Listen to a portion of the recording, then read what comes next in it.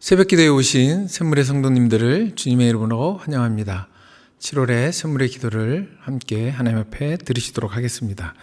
먼저 암송구절입니다. 새 계명을 너에게 주노니 서로 사랑하라. 내가 너희를 사랑한 것 같이 너희도 서로 사랑하라. 너희가 서로 사랑하면 이로써 모든 사람이 너희가 내 제자인 줄 알리라. 요한복음 13장 34절에 35절 말씀. 아멘. 마음 모아 샘물의 기도를 하나님께 드립니다. 먼저 우리 믿음을 고백합니다. 주께서 심지가 견고한 자를 평강하고 평강하도록 지키시리니 이는 그가 주를 신뢰함이니이다. 아멘. 날마다 우리를 지키시는 하나님, 오늘도 주를 더욱 신뢰하며 나아가게 하여 주옵소서. 걱정, 염려 사라지고 오직 주의 평강으로 채우시고 우리를 지켜 주옵소서. 교회와 예배를 위해 기도합니다. 그리스도의 평강이 너희 마음을 주장하게 하라. 너희는 평강을 위하여 한 몸으로 부르심을 받았나니 너희는 또한 감사하는 자가 되라. 아멘. 교회를 한 몸으로 부르신 하나님, 함께 모여 예배하며 기도하기에 힘쓰는 거룩한 공동체가 되게 하소서. 예배를 사모하며 예배의 기쁨을 누리며 주의 임재를 경험하는 예배되게 하옵소서. 목장을 위해 기도합니다. 평강의 주께서 친히 때마다 일마다 너희에게 평강을 주시고 주께서 너희 모든 사람과 함께 하시기를 원하노라. 아멘.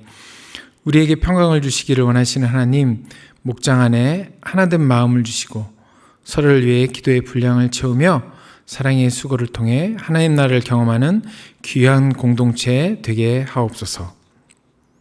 단기 봉사를 위해 기도합니다. 예수께서 또 이르시되 너에게 평강이 있을지어다. 아버지께서 나를 보내신 것 같이 나도 너희를 보내노라. 아멘. 하나님 아버지, 다시 재개하는 단기 봉사를 축복하여 주옵소서. 모든 지체들이 건강하고 안전하게 다녀오게 하시고 각 팀의 모든 일정 속에 하나님의 세밀한 인도하심을 경험하게 하옵소서. 주일학교 여름 사역을 위해 기도합니다. 너희는 내게 배우고 받고 듣고 본 바를 행하라. 그리하면 평강의 하나님이 너희와 함께 계시리라. 아멘. 하나님 아버지, 다음 세대들이 주일학교 여름 사역을 통해 주의 말씀을 잘 배우고 행하는 자들이 되게 하시고 하나님 인격적으로 만나는 귀한 시간 되게 하옵소서. 세상의 풍속을 쫓지 않고 거룩하고 구별된 하나님의 자녀의 정체성으로 세상을 이기며 살아갈 힘을 얻게 하옵소서. 준비하고 진행하는 모든 손길 위에 주의 큰 은혜 내려 주옵소서. 오늘도 우리를 주의 뜻대로 인도하여 주시기를 원하오며 예수님의 이름으로 기도합니다. 아멘. 오늘 우리에게 주신 하나님의 말씀은 역대상 2장 1절에서 24절의 말씀입니다.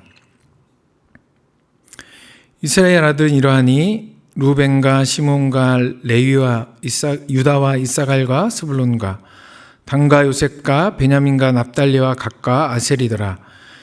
유다의 아들은 에르와 오난과 셀라니. 이 세 사람은 가나안 사람 수아의 딸이 유다에게 낳아준 자요. 유다의 맏아들 에르는 여호와 보시기에 악하였으므로 여호와께서 죽이셨고 유다의 며느리 다말이 유다에게 베레스와 세라를 낳아주었으니 유다의 아들이 모두 5이더라. 베레스의 아들은 헤스론과 하물이며 세라의 아들은 시므리아, 에단과 헤만과 갈골과 다라니 모두 5사람이요. 갈미의 아들은 아가리니 그는 진멸시킬 물건을 범하여 이스라엘을 괴롭힌 자이며 에단의 아들은 아사랴더라. 헤스론이 낳은 아들은 여라무엘과 람과 굴루베라. 람은 아비나답을 낳고 아미나답은 나손을 낳았으니 나손은 유다 자손의 방백이며 나손은 살마를 낳고 살마는 보아스를 낳고 보아스는 오벳을 낳고 오벳은 이세를 낳고 이세는 맏아들 엘리압과 둘째 아비나답과 셋째 시므와 넷째 느다넬과 다섯째로 낫대와 여섯째로 오셈과 일곱째로 다윗을 낳았으며 그들의 자매는 수리아와 아비가일이라. 수리아의 아들은 아비새와 요압과 아사헬 삼형제요. 아비가일은 아마사를 낳았으니 아마사의 아들은 아마사의 아버지는 이스마엘 사람 예델이었더라. 헤스론의 아들 갈렙이 그의 아내 아수바와 여리오색에서 아들을 낳았으니 그가 낳은 아들들은 예셀과 소밥과 아르돈이며 아수바가 죽은 후에 갈렙이 또 에브라색에 장가 들었더니 에브라시 그에게 훌을 낳아 주었고 훌은 우리를 낳고 우리는 부사들을 낳았더라. 그 후에 헤스론이 60세에 길라앗의 아버지 마길의 딸에게 장가들어 동침하였더니 그가 수굽을 헤스론에게 낳아주었으며 수굽은 야일을 낳았고 야일은 길라앗 땅에서 23성읍을 가졌더니 그술과 아람이 야일의 성읍들과 그낫과 그에 딸린 성읍들 모두 60을 그들에게서 빼앗았으며 이들은 다 길라앗의 아버지 마길의 자손이었더라. 헤스론이 갈렙 에브라다에서 죽은 후에 그의 아내 아비야가 그로 말미암아 아스울을 낳았으니 아스울은 드고아의 아버지더라. 아멘. 역대상 2장 1절에서 24절의 말씀을 가지고 하나님의 열심이라는 제목을 가지고 여러분에게 하나님 말씀 전하도록 하겠습니다. 하나님께서 이 땅을 창조하셨습니다. 믿으십니까? 예, 아멘입니다. 예수 그리스도가 우리의 구원자 되심을 믿으십니까? 예, 아멘입니다. 세상 이렇게 하나님의 창조와 예수 그리스도의 구원자 되심을 언급하는 이유는 세상은 그렇게 믿지 않기 때문입니다. 우리 신앙의 가장 기초라고 할 수 있는 하나님의 창조와 예수 그리스도의 구원자이심을 세상은 부정합니다. 작년에 한 조사에서 이런 결과가 나왔습니다. 교회에 출석하는 30, 40대 사람들에게 물어봤습니다. 그랬더니 그 가운데 34%, 약 3분의 1가량은 하나님을 믿지만 예수 그리스도를 알지 못한다는 결과를 내었습니다. 예수 그리스도의 구원자 되심을 믿지 못한다는 충격적인 현실이 한국교회의 현실입니다. 한국교회의 미래에 대한 암울한 전망을 가질 수밖에 없는 결과를 받았습니다. 그런데 2000년 교회 역사 가운데 한 번도 험난한 고비를 맞지 않은 적이 없습니다. 그럼에도 불구하고 교회는 오늘도 여전히 하나님의 영광을 드러내며 예수 그리스도의 구원자 되심을 전파하고 있습니다. 이것은 인간의 힘과 노력으로 된 것이 아닙니다. 바로 하나님의 열심이 이루셨습니다. 불가능하고 자격 없는 자들이지만 그의 백성 삼기 위해 하나님은 오늘도 쉬지 않고 우리를 위해 일하고 계십니다. 그리고 그의 백성을 놓지 않으십니다. 하나님은 그의 백성이 어떤 상황과 어떤 형편에 있든지 그거와 관계없이 그들을 위해 오늘도 쉬지 않으십니다. 그 하나님의 열심을 오늘 본문을 통해 여러분께 전하고자 합니다. 오늘 본문은 이스라엘, 즉 야곱의 후손들을 열거하고 있습니다. 유다 자손들을 제일 먼저 소개합니다. 유다는 네 번째 아들이지만 하나님께서는 말씀을 통해 유다 자손을 그 첫 번째로 소개합니다. 왜 유다 지파에 관심을 갖고 그렇게 제일 먼저 소개하고 계실까요? 하나님의 구원 역사를 이루는 지파이기 때문입니다. 다윗의 자손으로 오실 예수 그리스도가 나실 지파이기 때문입니다. 하나님은 하나님의 구원에 가장 관심이 많으십니다. 그의 백성을 구원하시는 그 일에 하나님은 가장 관심이 많기 때문에 유다 지파를 제일 먼저 소개하고 계십니다. 오늘 본문은 그 메시아 예수 그리스도를 향해 가는 역사의 면면을 아주 자세하게 기록하고 있습니다. 그런데 이 족보에 나오는 인물들의 면면을 보면 예수 그리스도, 메시아가 속해 있는 메시아를 낳은 그 족보에 없었으면 하는 그런 인물과 사건들이, 그런 장면들이 고스란히 들어가 있음을 볼 수 있습니다. 그럼에도 불구하고 하나님은 그 사람들을 통해 구원을 계획하시고 완성하셨습니다. 그래서 구원은 우리의 노력이나 열심 때문이 아니라 바로 하나님의 열심이 이루셨다고 고백할 수밖에 없는 것입니다. 그럼 하나님의 열심은 우리의 어떤 상황까지 용납하고 계실까요? 우리의 어떤 상황까지 사용하셔서 하나님의 구원을 이루어 가실까요? 그 하나님의 열심, 그 하나님의 구원의 계획을 오늘 본문을 통해서 여러분께 전하고자 합니다. 먼저 하나님의 열심은 우리의 연약함에도 불구하고입니다. 오늘 본문 역대상 2장 4절은 이렇게 말씀하고 계십니다. 유다의 며느리 다말이 유다에게 베레스와 세라를 낳아주었으니. 오늘 본문은 야곱의 족보 중 유다를 언급할 때 다말이 유다의 며느리라는 사실을 놓치지 않고 언급하고 있습니다. 그렇게 기록하고 있습니다. 유다와 다말의 이야기는 창세기 38장에 아주 자세하게 기록하고 있습니다. 창세기 38장에 기록된 그 내용을 간략하게 살펴보겠습니다. 유다에게는 가나안 사람 수아의 딸에게서 낳은 에르와, 오난과 셀라 세 아들이 있었습니다. 유다의 맏아들 에르는 다말과 결혼했습니다. 그런데 창세기 38장 7절은 이렇게 기록하고 있습니다. 엘은 여호와 보시기에 악함으로 여호와께서 죽이셨고, 하나님은 엘을 죽이셨습니다. 그 이유를 성경은 자세히 언급하고 있지 않지만 어쨌든 엘은 하나님 보시기에 악함으로 하나님께서는 그를 죽이셨습니다. 그래서 유다는 당시 고대 근동의 계대 결혼법에 의해 차자인 오난을 통해 엘의 후사를 만들게 했습니다. 하지만 오난도 악한 행동으로 하나님께서 죽이십니다. 이에 유다는 셀라까지 죽을까 두려워하여 며느리 다말을 친정으로 보냅니다. 그리고 얼마 후 유다의 아내가 죽자 유다는 아내의 장례식이 끝난 후 양털을 깎으러 딥나로 올라갑니다.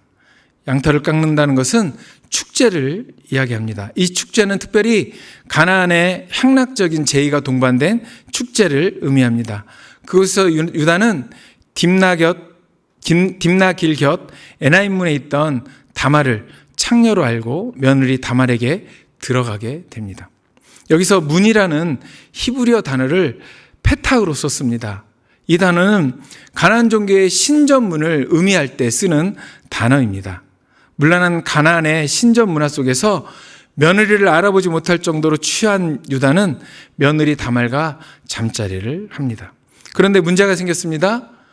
창녀에게 줄 화대를 유다가 챙겨오지 못한 것입니다. 그래서 유다는 다말의 요구대로 자신이 갖고 있던 도장과 끈과 지팡이를 담보물로 다말에게 줍니다. 그리고 다말은 유다로 말미암아 임신합니다. 다말의 임신 소식을 들은 유다는 다말을 끌어내어 불태우라고 이야기합니다. 그때 다말은 유다에게서 받은 도장과 끈과 지팡이를 유다에게 내어 보입니다. 유다는 자신의 도장과 끈과 지팡이를 보고 다말이 옳다고 말합니다. 다말은 유다를 통해 베레스와 세라를 낳습니다. 하나님은 이 베레스를 통해서 유다 가문을 이어가시고 예수 그리스도를 통해 구원의 계획을 성취하십니다. 하나님의 열심은 연약한 죄악 중에 있는 유다를 통해 이루어 가십니다. 그런데 우리에게는 이 유다와 같은 성품, 그런 삶의 모습은 없습니까? 다말보다 옳다고 생각했던 유다는 자신이 어떤 존재인지 자신의 물건 앞에서 폭로당하는 것입니다. 마찬가지입니다. 하나님은 수시로 우리 앞에서 죄인됨의 증거인 지팡이와 도장과 끈을 들이미십니다. 그때 우리는 하나님, 이 땅에 의로우신 분은 예수 그리스도의 은혜가 아니면은 안 됩니다. 이 땅에 의로우신 분은 오직 예수 그리스도 한 분이십니다. 라는 것을 고백할 수밖에 없습니다. 저는 하나님 앞에서 여전히 죽어야 할 죄인이며 예수 그리스도의 은혜가 없으면 단 한순간도 존재할 수 없는 존재입니다 라는 것을 고백할 수밖에 없는 것입니다. 하나님 앞에서 자신의 적나라한 모습을 폭로당한 자신의 연약한 죄 앞에서 어찌할 수밖에 없는 죄인임을 고백하고 그 죄인됨을 발견해 가는 것입니다. 그게 바로 우리의 신앙생활입니다. 하나님은 연약한 우리를 위해 일하시고 우리를 통해 구원을 이루어 가십니다. 연약한 우리, 죄인된 우리, 그러함에도 불구하고 하나님의 백성 삼아주신 그 하나님의 열심, 그 하나님의 열심에 그 구원에 감사하며 감격하며 오늘 하루를 사시는 성도 되시기를 예수님의 이름으로 축복합니다. 하나님의 열심은 우리의 연약함 속에서도 이루어 가십니다. 두 번째로 하나님의 열심은 절망 가운데서, 우리의 절망 가운데서도 이루어 가십니다. 역대상 2장 12절, 오늘 본문은 이렇게 기록하고 있습니다. 보아스는 오벳을 낳고 오벳은 이새를 낳고. 오늘 본문에서는 보아스만을 언급하고 있습니다. 그러나 보아스 이름 뒤에 떠오르는 이름이 있습니다. 바로 룻입니다. 마태복음 1장 5절은 예수님의 족보를 이렇게 기록하고 있습니다. 마태복음 5장 1장 5절입니다. 살몬은 라합에게서 보아스를 낳고 보아스는 룻에게서 오벳을 낳고 오벳은 이새를 낳고. 보아스는 룻에게서 다윗의 증조 할아버지를 낳습니다. 다윗과 예수 그리스도의 계보를 통해 등장하는 인물이 바로 이방 여인 룻입니다. 그런데 이 룻의 상황이 어떠했습니까? 룻기 1장은 이 상황에 대해서 아주 자세하게 기록하고 있습니다. 베들레헴에 살던 엘리멜렉과 나오미는 흉년이 들자 두 아들 말론과 기론을 데리고 모압 지방으로 거처를 옮깁니다. 두 아들 말론과 기론은 모압 여인인 오르바 룻과 결혼합니다. 그런데 이 집안에 정말로 절망적인 상황이 옵니다. 나오미의 남편인 엘리멜렉이 죽고 심지어는 두 아들 말론과 기론이 죽습니다. 남편과 두 아들이 죽자 나오미는 모압 지방에서 다시 유대 땅으로 돌아오기로 결정하고 두 며느리와 함께 길을 떠납니다. 유대 땅에 돌아오는 길에서 나오미는 두 며느리에게 자신을 떠날 것을, 자신에게는 아무 소망이 없기 때문에 자신을 떠날 것을 말합니다. 너무나 절망적인 상황입니다. 남편과 두 아들을 잃고 이제 며느리까지 보내야 되는 나오미의 마음은 얼마나 절망적이었겠습니까? 이 상황에서 룻은 나오미를 따라 유대 땅으로 갑니다. 오르바는 떠나고 룻은 시어머니인 나오미를 따라 유대 땅으로 옵니다. 하지만 며느리가 따라왔다고 해서, 고향 땅인 유대로 돌아왔다고 해서 나오미와 룻에게는 이 절망적인 상황이 해결될 수가 없습니다. 어쩌면 오히려 더 암담한 현실이 그들 가운데 놓여 있고 그들은 더 암담한 현실을 맞게 될지도 모릅니다. 맞게 될 수도 있습니다. 남편 잃고 아들 잃고 이방 며느리 하나를 데리고 다시 돌아온 나오미와 룻은 유대 땅에서 더 절망적인 상황을 안습니다. 남편과 아들이 없다는 주위의 조롱하는 시선과 여전한 가난은 그들을 더 극단적인 상황으로 내몰 수밖에 없었습니다. 고대 근단 지방은 남자가 아들이 없으면 여자는 아무것도 할 수가 없습니다. 아니요, 구걸을 하거나 다른 사람 밭에 떨어진 곡식으로 생계를 유지할 수밖에 없는 처지에 놓이게 됩니다. 그 상황을 룻기 2장은 고스란히 담아내고 있습니다. 하지만 이 절망적인 상황 가운데서 하나님은 보아스를 통해 두 여인에게 구원을 베풀어 주셨습니다. 주의 조롱어린 시선을 부러움 가득한 시선으로, 극한의 가난에서 부유함으로 상황과 처지를 완전히 바꿔주셨습니다. 그리고 보아스와 룻 사이에서 다윗 왕가의 계보를 잇게 하십니다. 하나님의 열심히 이루신 구원은 이런 것입니다. 절망적인 상황이지만, 도무지 가망 없는 삶이지만, 그 절망 가운데서, 그 가망 없는 삶 가운데서도 우리를 구원하시고 하나님 백성 삼아주시고 가장 빛나고 높고 아름다운 하나님 나라로 이끌고 가시는 것입니다. 지금의 삶으로 인해 절망하고 계십니까? 도무지 헤어나지 못할 가망 없는 삶을 살고 계십니까? 하나님을 바라보십시오. 그 절망 가운데서, 그 헤어나오지 못할 긴 어둠의 터널 가운데서도 당신을 향한 하나님의 열심은 오늘도 쉬지 않으실 것입니다.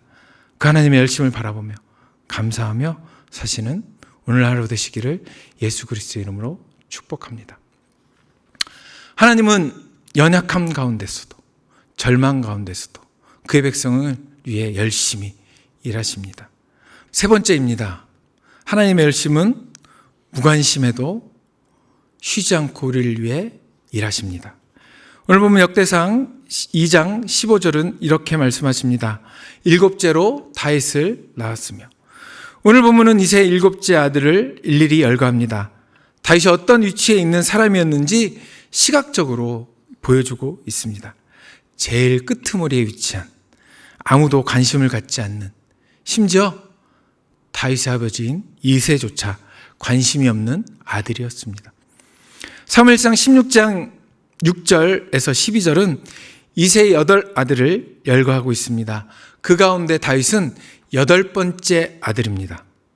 오늘 본문은 다윗을 이새의 7째 아들로 기록하고 있습니다. 이것은 아마도 다윗의 형제 가운데 족보에 기록할 수 없는 상황, 즉 자손이 없이 죽은 형제가 있었기 때문에 이렇게 기록하고 있습니다. 일반적으로 이스라엘 족보에는 자녀가 없이 죽은 사람의 이름은 언급하지 않기 때문입니다. 사무엘상 16장에 따라 이새의 8번째 아들이 다윗이든 오늘 본문처럼 7번째 아들이든 다윗은 이새의 막내 아들이며 이새에게는 큰 관심이 없는 아들이었습니다. 베들레헴에 사는 이새의 가정, 베들레헴은 당시의 시골이었습니다. 그 시골에 이스라엘의 당대 최고의 지도자인 사무엘이 찾아옵니다. 이새의 아들들을 보겠다고 말합니다. 그런데 그 자리에 다윗은 없었습니다. 더욱이 다윗은 양을 치고 있었습니다.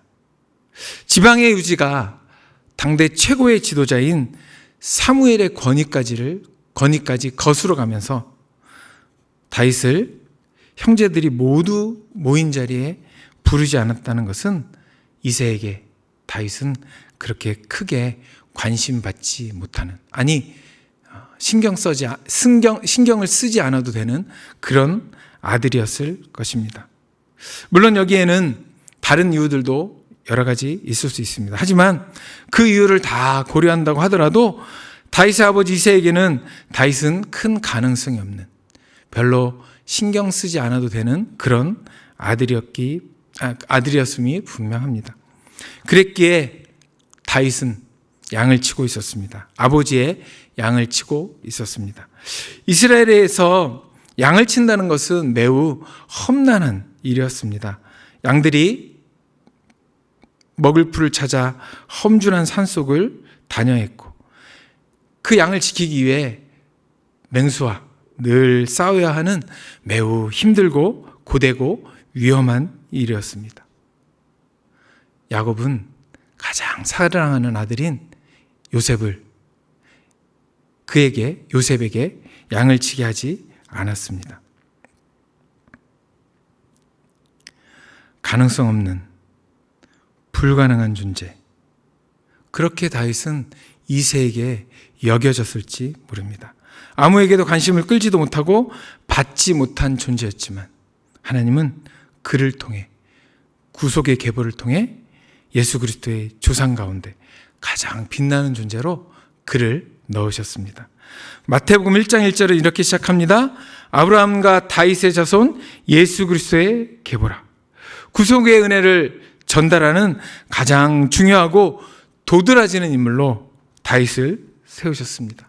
어떤 사람에게는 불가능하지만 누군가에는 가능성 없어 보이지만 그 가능성 없는 사람에게 하나님은 그 불가능 속에서, 가능성 없음 속에서, 무관심함 속에서도 일하고 계십니다.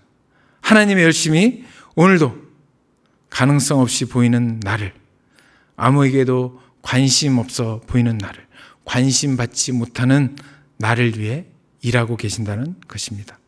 그 하나님의 열심에 감사하며, 그 하나님의 열심에 감격하며 사시는 오늘 하루 되시기를 예수 그리스도의 이름으로 축복합니다. 말씀을 읽겠습니다. 이 족보를 통해 우리의 연약함과 절망적인 상황, 그리고 우리의 가능성 없음을 보지만 그런 우리를 향하신 하나님의 오래 참으심과 놀라운 구원의 계획을 봅니다. 하나님은 인간의 상태와 조건에 상관없이 구원의 항복판으로 우리를 이끌어 가십니다. 구원은 우리의 상황이나 조건이 아닌 하나님의 열심히 이루어내셨습니다. 죄 가운데 빠진 연약한 인간일지라도, 절망적인 상황 가운데 놓인 자일지라도, 어떤 관심도 끌지 못하는 불가능하고 무능한 자일지라도, 아니 어쩌면 오히려 죄 가운데 빠진 연약한 자이기 때문에 아무도 구원할 수 없는 절망 가운데 빠진 자이기 때문에 아무에게도 관심 받지 못하고 불가능한 자이기 때문에 예수 그리스도가 필요한 존재입니다. 그래서 하나님은 우리를 하나님 절대 의존적 존재임을 깨닫게 하시고, 죄 가운데 빠져 연약할지라도, 절망 가운데 빠져 있을지라도 불가능하고 관심 받지 못하는 존재라는 사실을 인식시켜서 그 하나님의 열심에 감사하며 감격하며 살아가게 하시는 것입니다. 자기 백성을 구원해내고야 마시는 하나님의 열심이 오늘도 우리를 그렇게 인도해 가십니다. 지금 내 모습이 조금 초라해 보이십니까? 어쩔 수 없는 죄의 본성으로 무너져 연약한 상태에 계십니까? 도무지 감당할 수 없는 절망 속에 계십니까?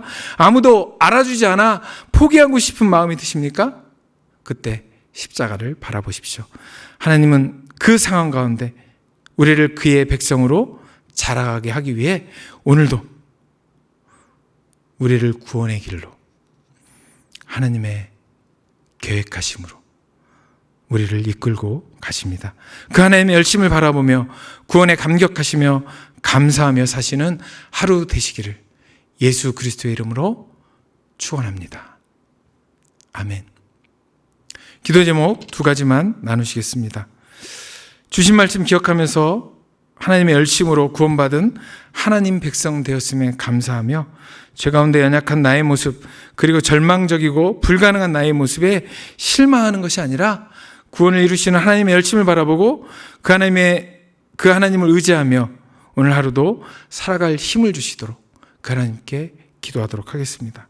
두 번째로는 단기봉사팀의 현지 사역 가운데 은혜 주시고 출국하고 입국하는 모든 가정 가운데, 그리고 현지 사역 가운데 안전하게 지키주시도록 단기봉사팀을 위해서 기도하시도록 하겠습니다. 함께 기도하시겠습니다.